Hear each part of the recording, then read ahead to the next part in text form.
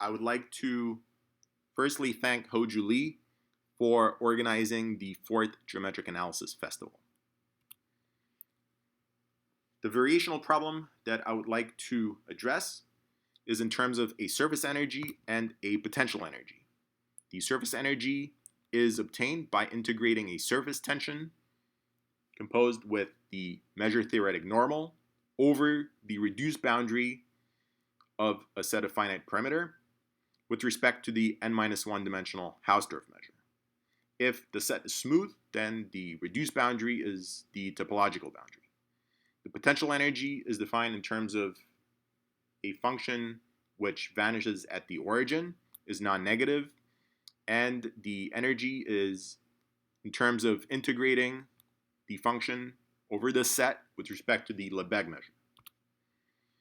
The variational problem with a mass constraint is defined in terms of summing the surface energy with the potential energy and then minimizing the result with respect to fixing the Lebesgue measure of the set. A historical problem, which is attributed to Almgren, is formulated in the following way. If the potential is assumed to be convex, then are minimizers convex or connected? And a generalization of this is whether, if one assumes only that the sublevel sets are convex, one obtains convexity or at least connectedness. Historically, if there is a crystal which is in contact with its melt, then this can be modeled as a subset of two-dimensional Euclidean space with the area determined by the ambient thermodynamic variables. And then the variational problem, which was initially formulated by Gibbs and Curie, asserts that the equilibrium shape minimizes the free energy with respect to the mass constraint. When the potential is 0, the historical evolution of this problem is traced to initially Wolff, who attempted to show that the surface energy attains a local minimum at the Wolff shape among polyhedra with the same number of sides and parallel faces.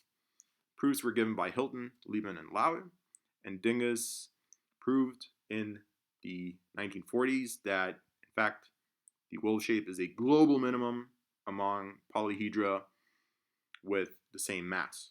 And he proved this via the Brun-Minkowski inequality. This was extended to sets with piecewise smooth boundary by Herring and Taylor, and to bounded sets of finite perimeter by Taylor in the 1970s, and to all sets of finite perimeter by Fonseca and Muller in 91. There is an independent two-dimensional proof by Da Corona and Pfister. When one considers the gravitational field, then the problem is traced to Laplace, who studied the specific case for liquids. And he studied specifically the equilibrium shapes when there is a gravitational effect. In terms of small droplets, the shapes are expected to take on a spherical shape, whereas for large droplets, the expectation is that the various shapes form puddles. And in terms of the scale invariance, there is a complication in terms of adding the gravitational potential because there is a loss of scale invariance. When G is vanishing, then the volume is a scaling parameter, whereas with a vanishing potential. The problem then has various ranges in terms of large mass and small mass, and then the in-between stage. And the scaling of the problem generates the complexity in terms of proving the theorems. There's the initial setup of understanding the shape that some droplet assumes on a horizontal surface, and this is known as the sessile drop. And the other situation that arises is when there's a drop that's hanging from some tap, so that's known as the pennant drop. There is one more, which is in terms of some drop which clings to some window pane. When one considers the energies, usually elastic deformation effects are neglected. And in terms of the attainment of equilibrium shapes in experiments, it's observed that for large masses, crystals are seldom in equilibrium. And one aspect which generates the equilibrium is a large heat conductivity of the superfluid and the smallness of the latent heat. And this is seen in helium crystals, which are in a thermal equilibrium with some superfluid phase.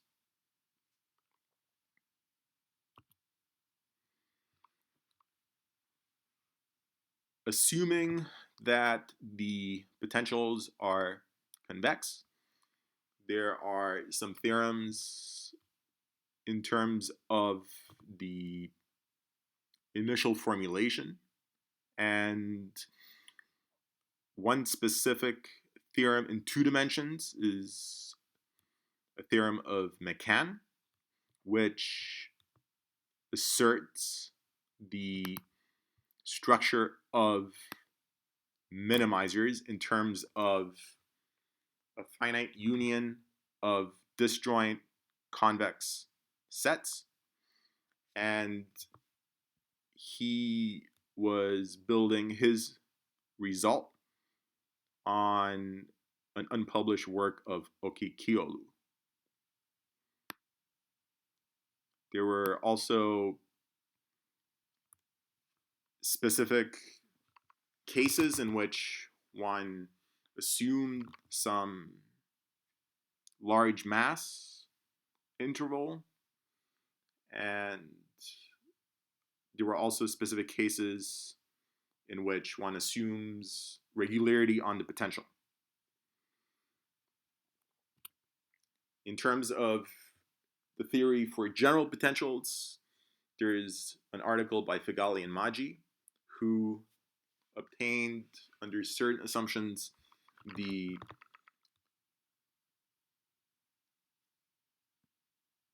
initial structure induced by the variational problem. To revisit the formulation which was mentioned,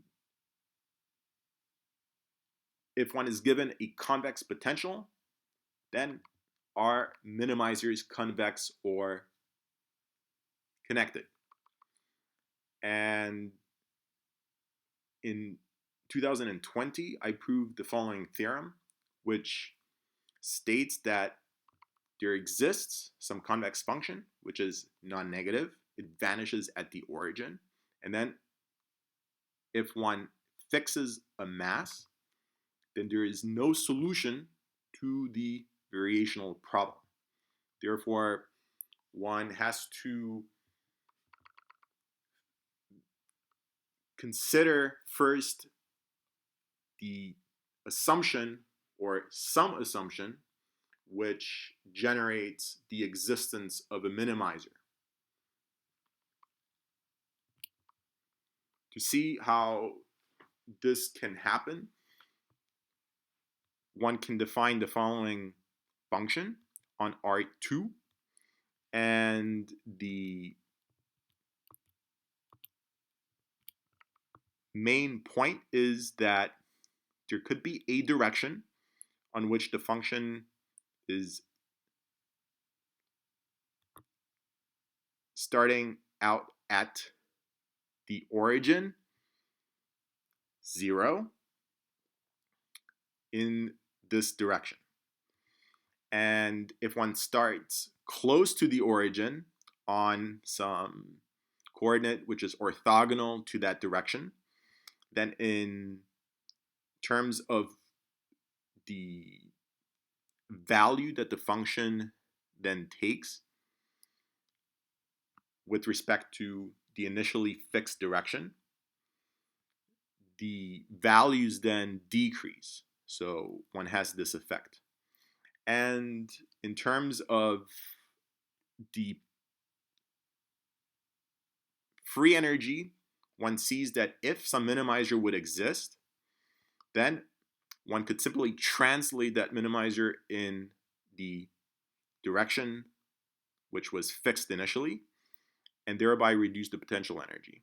And then the potential energy would have the effect of generating some other set which would have lower energy, contradicting the fact that initially one started out with a minimizer, and then one, via translation, retains the mass of that minimizer. To mathematically then prove this initial intuition, there is a function which I constructed in terms of some quadratic, and it's generated in terms of something along these lines. And one can verify that with computing the Hessian of this function and then computing the determinant of the Hessian, ensuring that it's non-negative. This is the product of the eigenvalues, and then the trace of the Hessian is positive in this case, which then implies that the eigenvalues of the Hessian are non-negative, which implies the convexity of the function. And then one specifies the initially fixed direction, which in this case is the positive y direction, and reduces the potential energy and thereby reduces the free energy by translation. In terms of the existence and uniqueness aspect, the example indicates that one, for existence, would require additional assumptions, and the classical assumption which yields existence is in terms of the assumption that the potential approaches plus infinity as the norm of the elements approach plus infinity. So this was already in a paper by Figali and Maggi, who showed that with just the standard compactness argument in the sets of finite perimeter, one obtains that for general potentials which are coercive, there exists some set which minimizes the free energy with respect to the mass constraint. And one aspect of this is that the coercivity excludes the gravitational potential. Therefore, the existence theory in itself has more complications to it than one might initially think with a statement which yields existence for general potentials, which are coercive. When the potential is assumed to be convex and coercive, then one theorem that McCann proved is that if one restricts to the class of convex sets, then in that class there is uniqueness. And he obtained this through displacement interpolation, which he defined in this paper. And this is restricted to 2 dimensions. The convexity results are first in terms of the gravitational potential and in 2 dimensions. And this was obtained by Avron, Taylor, and Zia. And this was in terms of the discussion of the sessile drop and the higher dimensional corresponding results were obtained when the surface energy was assumed to have various forms which were parameterized in terms of the assumptions on the surface tension by Baer. If one thinks about the statement which has some convexity built into it in terms of the potential, there is a theorem which McCann proved, which assumes reflection symmetry of the free energy. And he showed that with this assumption in 2 dimensions, minimizers are convex. And he also proved that if one does not assume the symmetry, then minimizers are a finite union of convex disjoint sets. And each of those minimizes uniquely the free energy in the class of convex sets with the same mass. And if one assumes that the potential is locally bounded, Figali and Maggi prove the existence of some critical mass so that if the mass is less than or equal to this critical mass, then the minimizer is convex and uniformly close to the wolf shape. And invoking in 2 dimensions the theorem of McCann, the uniqueness assertion then follows. The theorem that I outlined is in the context that the potential is coercive, and the assumption is also that the dimension is 2 in this case, also in terms of the result of Figali and Maggi. If the potential is C1 alpha and strictly convex and coercive, and the surface tension away from the origin is C2 alpha and uniformly elliptic, De Filippis and Goldman showed connectedness, and in 2 dimensions, the strict convexity was not needed, and therefore, by applying the result of McCann, they obtained uniqueness of convex minimizers. Without regularity assumptions, by approximation, they obtain existence of a convex minimizer. However, they cannot preclude the existence of a non-convex minimizer. If the mass is small, Figali and Maggi proved that if the potential is locally C1 and coercive, and the surface tension is away from the origin C2 alpha and lambda elliptic, there exists some critical mass such that for all m less than or equal to this critical mass, a minimizer with mass m is convex. And the conjecture is that convexity in the small mass regime holds without the regularity assumptions on the potential and the surface tension, and without the lambda ellipticity assumption.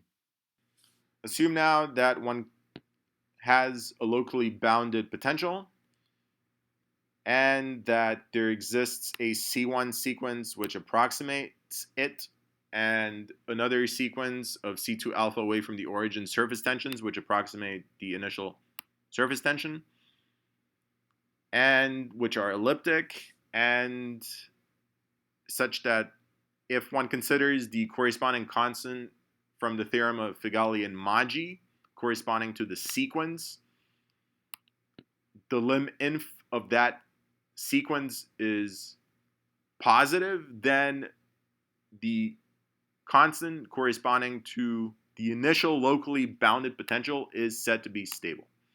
And as an example, if one takes, for instance, a C1 potential and a C2 alpha away from the origin elliptic surface tension, then one can choose the FA to be just F and the GA to be G, and therefore have the constant sequences, which then generate that the lim inf is positive. And in 2020, I proved the following theorem, which as a corollary yields that if one considers a locally bounded potential and the corresponding constant is stable, then the conjecture is true.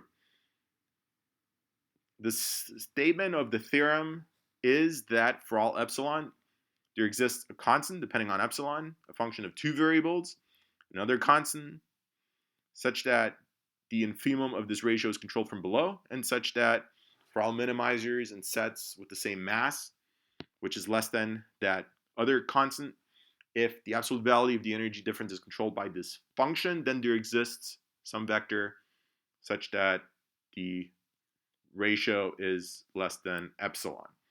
And I proved this by negating the statement and obtaining a contradiction. Therefore, if one assumes that the theorem is false, one has to negate all of these quantifiers, and for all epsilon then turns into there exists an epsilon. And the statement is then that there exists an epsilon such that for all constants which are positive, for all functions of two variables satisfying this condition, for all m naughts positive, there exist minimizers and other sets with the same mass, which is less than this m naught, such that the absolute value of the energy difference is less than this function evaluated at that m and at that initial epsilon.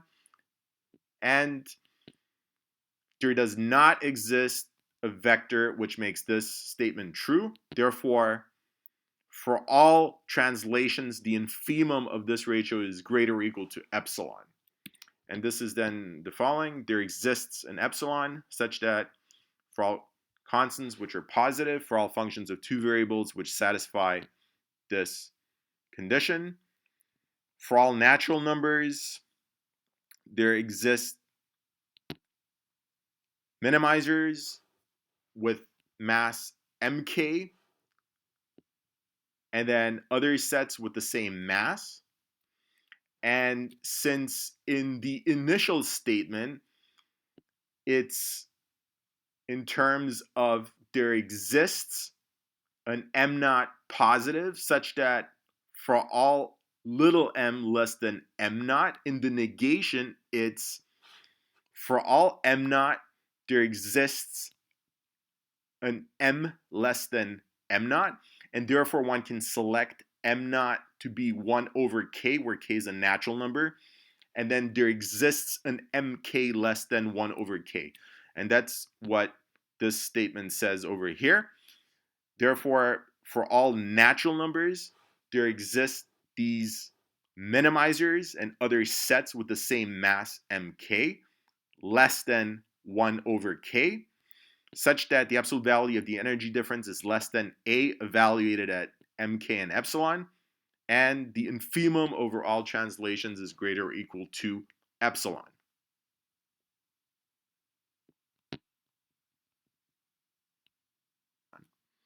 And selecting then some sequence which approaches 0 and such that the values are positive, in selecting a modulus of continuity, one can define constants and then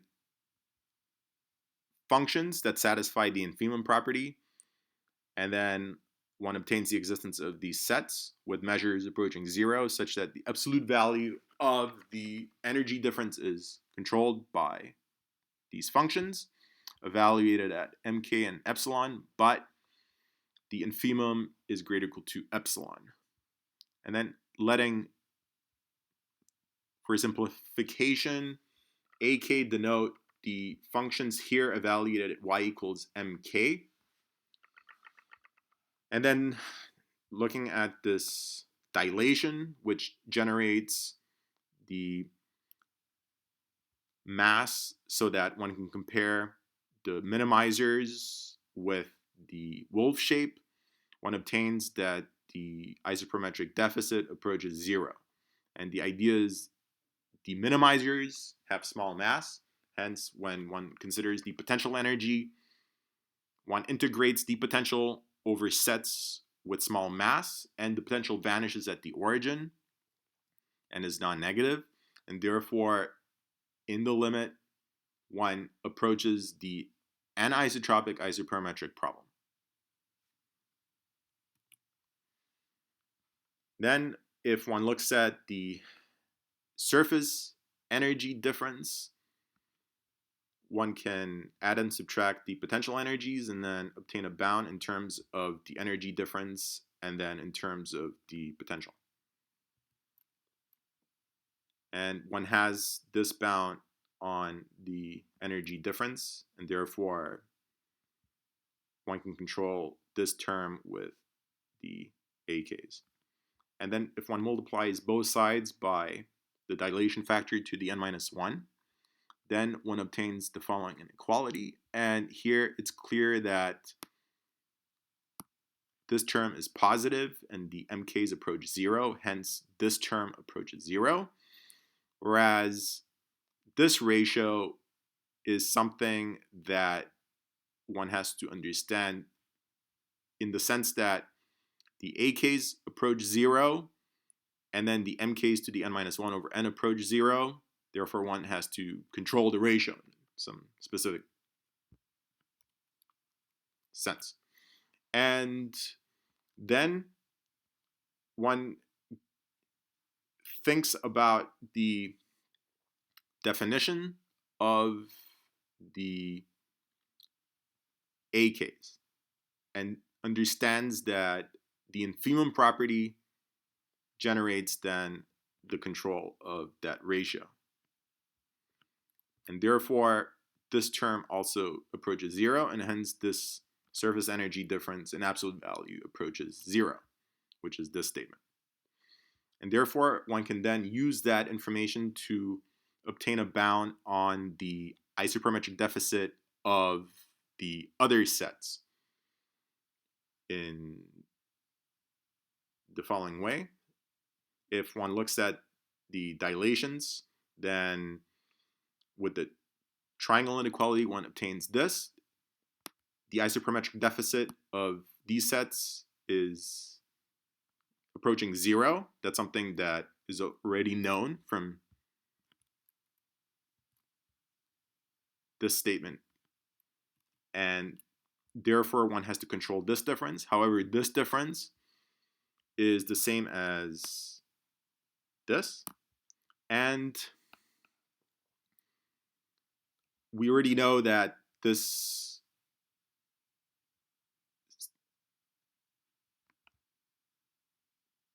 absolute value of the difference approaches zero, hence we have this control as well. Therefore, we can find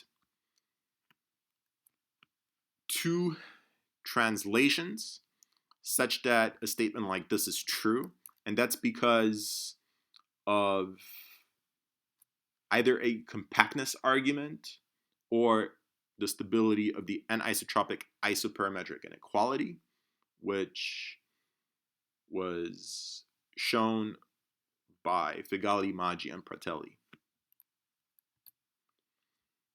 The underlying feature is that one approaches the solution of the anisotropic isoprometric problem if one controls the energy. And therefore, even though the other sets, so the initial sets are minimizers, however, the other sets are, in a way, thanks to the smallness of this difference, also relatively close to minimizers.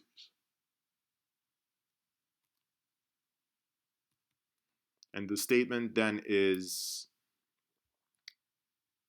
up to translations and dilations, both of these approach the wolf shape with respect to the specific scaling. The statement in Figali, Maggi, and Pratelli is quantitative and sharp. Therefore, one can obtain a quantitative control of this decay. However, I would like to underscore that I just need a compactness argument. I do not need a specific rate.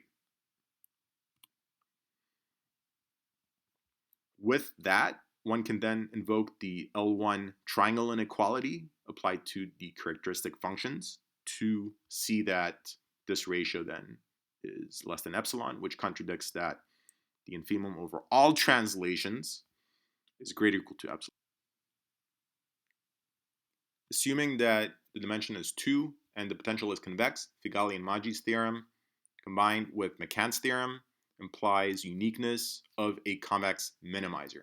McCann's theorem was in terms of a union of disjoint convex sets, and therefore, if one shows that there is just one of them, then it has to be one of these sets in the union. And then McCann's theorem states that each one of those uniquely minimizes the energy in the collection of sets with the same mass. Hence, one obtains uniqueness via that. And in my theorem, uniqueness holds in the small mass regime in any dimension and with minimal assumptions on G. I'm not assuming convexity, and I'm not invoking McCann's theorem, and I'm not proving the statement via displacement interpolation. If the mass is small, then I also can specifically understand the A modulus in terms of some other function in the epsilon variable, and then some function in the m variable, which is explicit and sharp, and it's m to the n minus 1 over n. And if one takes the case when the potential vanishes, then the main result in the theorem by Figali, Maggi, and Pratelli states that the function in the epsilon variable is a constant which depends on the dimension times epsilon squared, and this is sharp in epsilon. This is also one of the main results in Figali's Fields medal citation. To prove the conjecture, firstly, if the potential and the surface tension are smooth and the mass is sufficiently small, then the theorem which I initially discussed in terms of the convexity of minimizers can be invoked, and then via an approximation argument one obtains that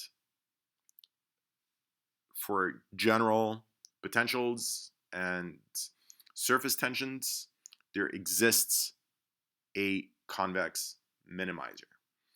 And invoking my theorem for a sufficiently small mass, one then obtains the uniqueness of the convex minimizer up to translations and sets of measure 0.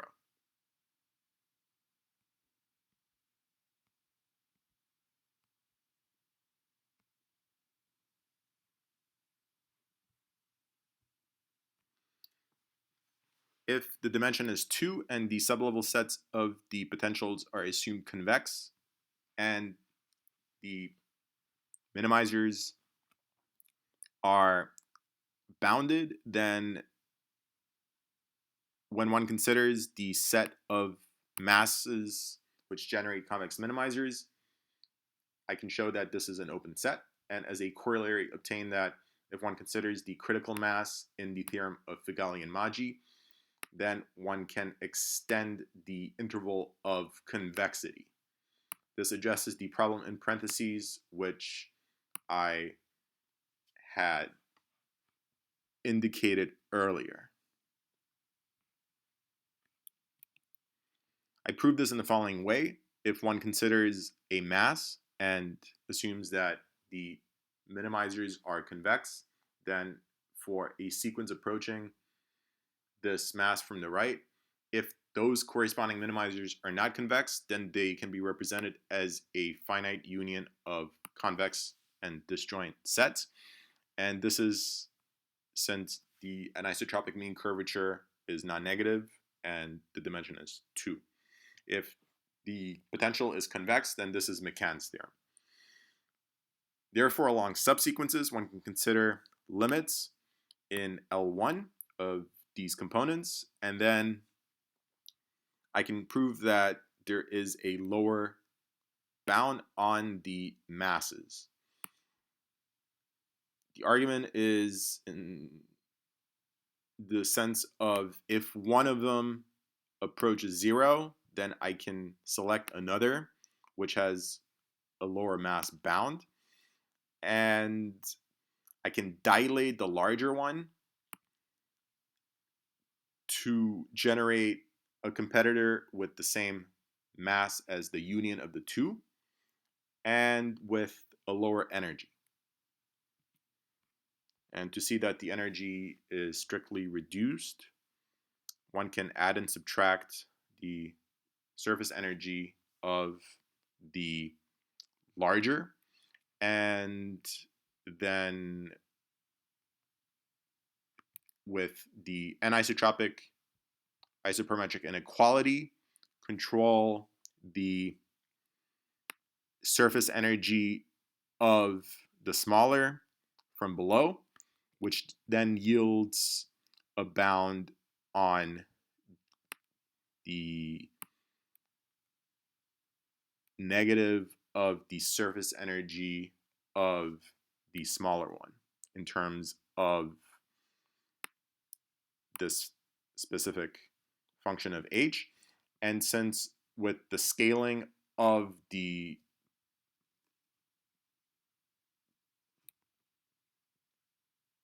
surface energy, one obtains a corresponding factor, then these will combine so that when h is greater than 1, however sufficiently close to 1, this difference will be strictly less than 0, and this will strictly reduce the free energy of the dilation.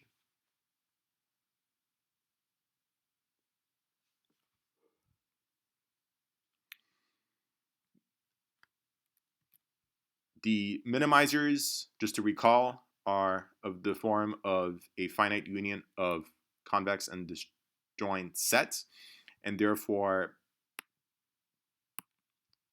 there are these two qualities that are true. And then in terms of taking limits, one has the limit as a union of sets, and the limit has mass m since these masses always sum to the mk and the mk approaches m.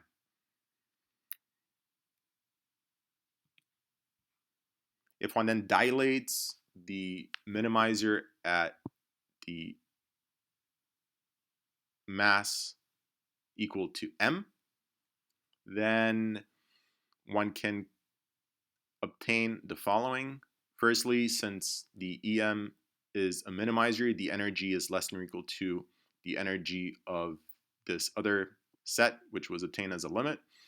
And then with the lower semi-continuity, one obtains this inequality, and then with the fact that the energy of the minimizers with mass mk is less than or equal to the energy of the dilations of the corresponding minimizer at mass m, one obtains then this inequality, which then implies that the limit A is a minimizer. And since the potential energies converge, one can then show that the surface energies have the following property. The set A is a union of AI, and the surface energy of A is the sum of the surface energies of the AIs. And one can obtain this with the energy control in terms of adding and subtracting the potential energies, and then applying the previous. This therefore contradicts that minimizers with mass m are convex, since in this way I can show the existence of some set, which is a union of sets, with the property that this difference is 0, and all of these have a lower mass bound. One phenomena that could happen is two rectangles, for example, converging in a way that they, in the limit, share an edge, and then the surface energy would strictly be lowered. However, my estimate over here shows that this doesn't happen, since the surface energy is the sum of the surface energies. And therefore, this contradiction implies that there exists some positive numbers, so that for all masses in an interval to the right, all the corresponding minimizers are convex. And then a symmetric argument shows that there's also a left interval.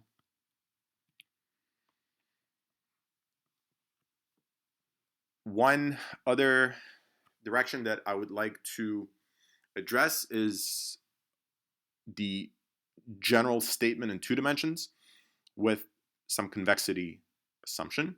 So if one fixes the dimension to equal 2 and looks at an assumption of convexity on the potential and assumes that there exist minimizers which are bounded, then two things are the only possibilities. Either one has that the minimizers are convex for all masses, or one has the existence of some number with the property that there exist functions of epsilon and m which satisfy this condition. And the functions are moduli in the corresponding stability statement. To prove this, one can then look at the set of masses for which the minimizers are convex, and then consider the supremum of the set.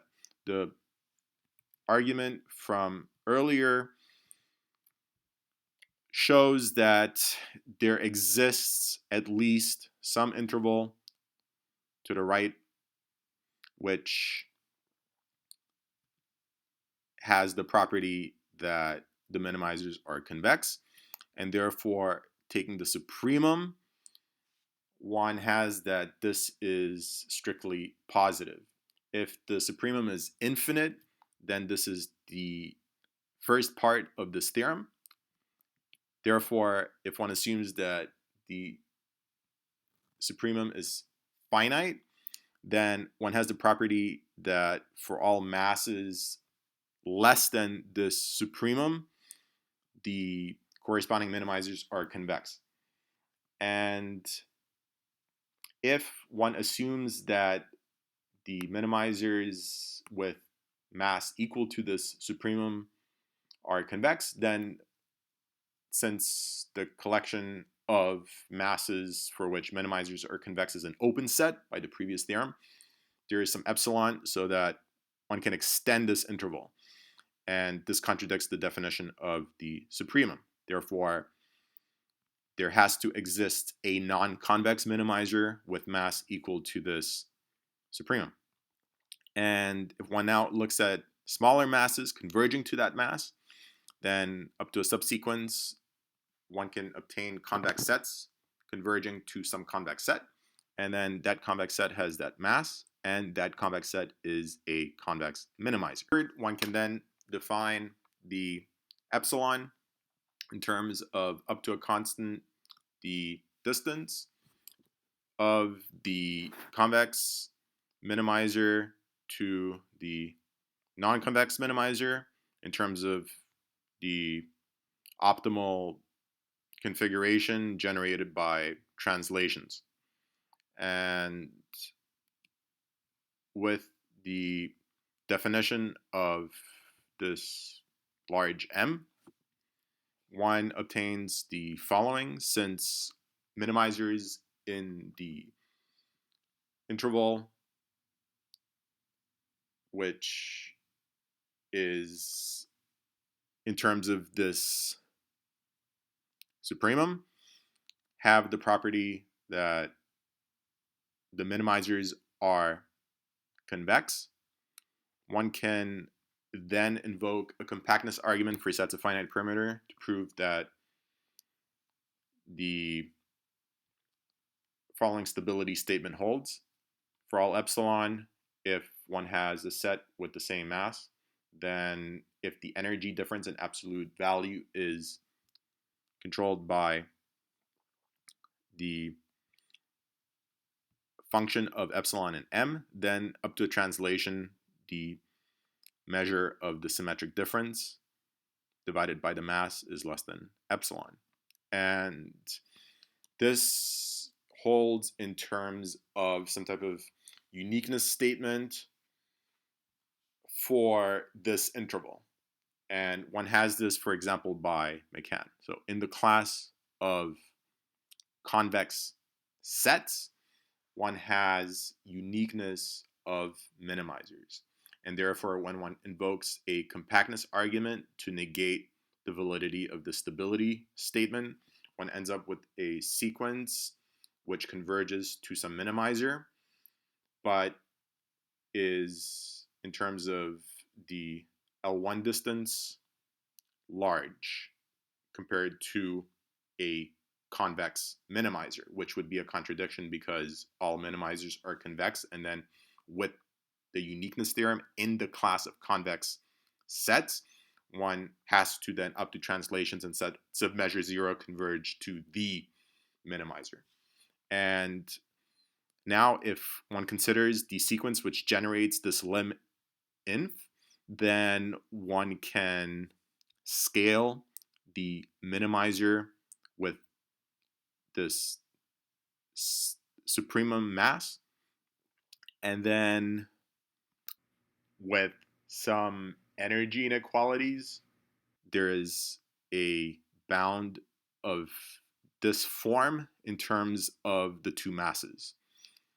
And in particular, when one has the convex limit, which is approximated in terms of this convex sequence, then one has the control of the difference in the energies with respect to the difference in the masses.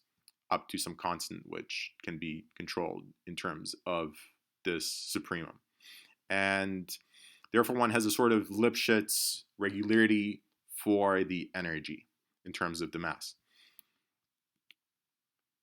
Now, if one assumes that the lim inf is strictly less than this constant, then for k large, one can show the following. So from the previous, one has this energy difference control in terms of the difference in the masses.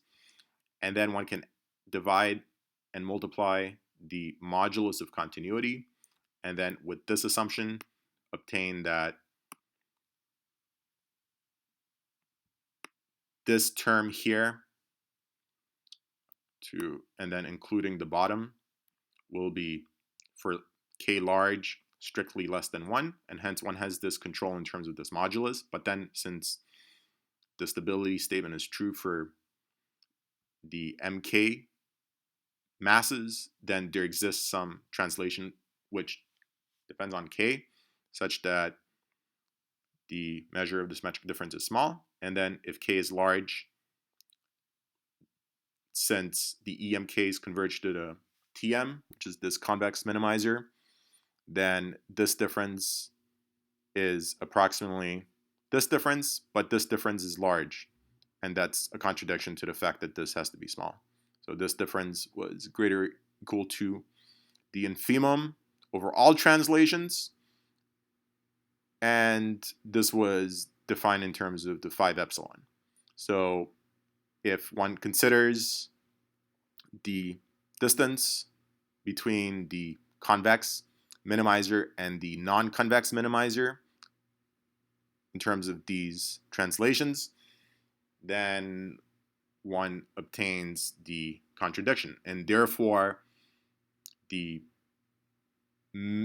statement which was assumed is, in terms of the lim inf, is false. And therefore, the opposite must be true. And this then proves the theorem. If one considers the corresponding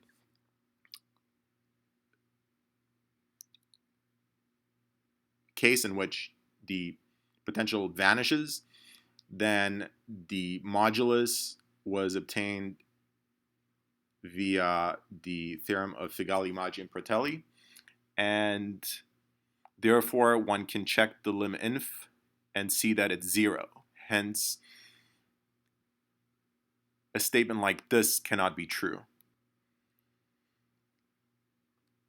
Next, I would like to mention a recent theorem that I proved in 2 dimensions, and this has the minimal assumptions in terms of obtaining a convexity result for all masses.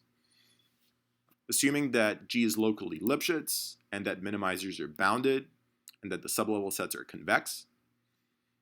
And in addition, the following condition: if one has a bounded convex set that does not contain the origin, and such that if one looks at the set on which the potential is strictly positive, it has an intersection with that set such that the measure of that intersection is strictly positive, then for those sets, the integral of the gradient of the potential over the set is not equal to 0. And with this condition, one can then obtain that the minimizers are convex for all masses.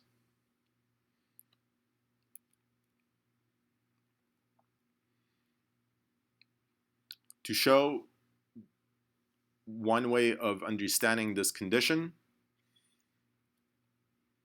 if one considers some minimizer, then, as I mentioned earlier, it has the form of a finite union of convex and disjoint sets, which are non-empty.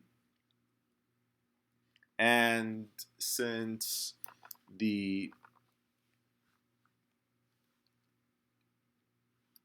specific problem when the potential vanishes has the property that the wolf shape is the solution to the corresponding free energy problem, one can then, without loss, assume that the mass of this minimizer is greater than the biggest wolf shape that's contained in the set where the potential vanishes. And this is in terms of the constrained isoperimetric problem in this set. If one, for example, looks at just a small mass, then one selects the wolf shape or any translation of it in the set where the potential vanishes.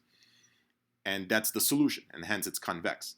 Therefore, one can gradually extend the mass until the wolf shape gets very large, and then it doesn't fit inside anymore. And then one can therefore reduce the problem to a larger mass interval and obtain this reduction. And then there exists some number so that the corresponding convex set in this union has an intersection with the positivity set of the potential, which is, in terms of the measure, strictly positive. And also without loss, since the potential vanishes at the origin, one can consider the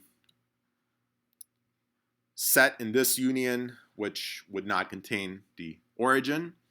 And the last condition in the statement then implies, since this is a convex set which satisfies this condition, that this integral is not the zero vector.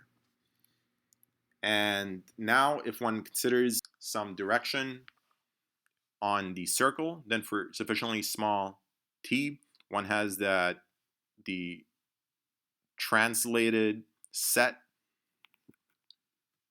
which is generated in terms of that set taken from that union, has potential energy which is greater or equal to that set. And this follows since if the potential energy of the translation is strictly reduced, then one can improve the energy in terms of deleting from the union that convex set and then adding the other set in terms of the translation. And this is true since the closures of the sets in the union are disjoint, and then the distance between them is positive. And so for sufficiently small t, one has that the corresponding union generated in this way will still have the property of having the closures disjoint, and therefore one can have the same mass, little m, and this is then a competitor with better energy. Therefore, this is true, and then one can subtract from both sides the potential energy on the right and then obtain, via change of variables, a statement like this. And assuming that the potential is locally Lipschitz, one then has a bound on this ratio, and the dominated convergence theorem implies that this inequality is true. And this is for any direction on the circle. And therefore, if one then has that this integral is not the zero vector, one can generate a direction with this in this way and obtain that the integral has to be zero, which contradicts that. This theorem is the first general convexity result for any mass in terms of the convexity of the sublevel sets, as opposed to the convexity assumption on the potential. And it also includes non-convex functions. The condition of the non-vanishing integral is natural when one considers the gravitational potential, since if one considers the region on which the potential is finite and takes a bounded convex subset of it, such that it does not contain the origin and such that the measure of this set is positive, then in terms of the integral condition, one can calculate that integral and identify that it's in terms of the measure of the set. Therefore, the non-vanishing is natural, and hence this condition unifies the theory in the sense of including the gravitational potential in a general convexity statement. In terms of a corollary, one which includes familiar functions is the following. If one considers a locally Lipschitz potential, which is radial, and assumes that minimizers are bounded. So for example, once again, if the potential is coercive and the condition which I just mentioned holds, then this is satisfied. And then if one assumes that when the potential is positive, it's increasing, then for any mass, minimizers are convex. And to quickly prove this, one can just write the potential in terms of some other function of one variable, and then simply compute the gradient. And if one then has a convex set which does not contain the origin, such that this intersection has this property, then by computing this integral, one sees that up to a rotation, the set, since it doesn't contain the origin and is convex, is contained in the convex cone in one half space. And without loss, let's assume that it's in the half space generated by the second variable. And therefore, the condition with this having the equality with the zero implies that the integral of the derivative of this one variable function times the second component is zero on the set, and then therefore, since the second is greater or equal to zero, one has that this is zero for almost every x, and this then generates some radius for which the function's derivative vanishes on some interval, which implies that the function is constant on some interval, which implies that the potential is constant on some interval. And this contradicts the third condition. And this actually includes the following. So if the potential is assumed to be coercive and convex and radial, then the minimizers are convex for any mass. And this is surprisingly new. One specific case which is known is if in addition one assumes that the surface tension is even, then this convexity was obtained by McCann. And there are a few directions that one can then think about. There is the identification of the sharp modulus, which appears in the product A.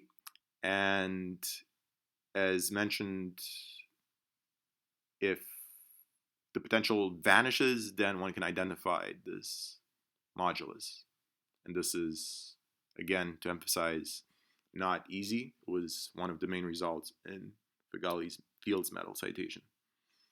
And another direction is to understand weight relative isochrometric inequalities in convex cones with gravity. And there's also the higher dimensional analogs of the theorems that I mentioned in 2 dimensions. And one particular feature of the theorem that I proved in terms of this 4th condition, this is to emphasize the first theorem, which unifies all of the previous results in terms of including the potentials, which have convex sublevel sets, and including the gravitational potential.